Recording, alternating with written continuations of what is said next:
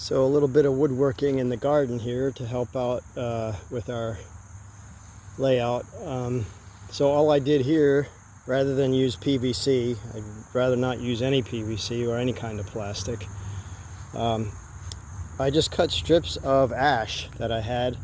They're about an inch and 1/8 wide, and a good thickness to use is about an eighth, a heavy eighth, maybe a 3/16. Bends really nicely, but yet is sturdy. Then we covered it with this fine mesh that you can get for gardening. And then I used just stainless steel screws that I had laying around. Clipped it with an old clothespin, spring loaded. Then at the bottom I put 2 screws so it doesn't want to tend to rack and rotate at each hoop or each arch of ash.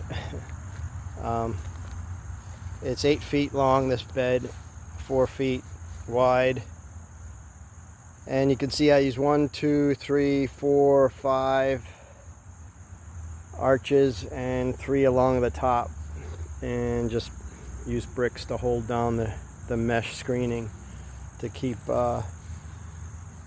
some of the predators out. We have deer, so yeah, a little bit of woodworking, just making those strips, and it works really nicely. And I've done it before and it lasts pretty long. It's ash, but it'll last this year, next year, if we don't take it down. So it's an idea for somebody out there. Maybe it's all you have to do is cut strips of ash, or I used pine before too, and that surprisingly lasted long too. So all right guys, take it easy, like and subscribe if you want to. True North Wood Shop.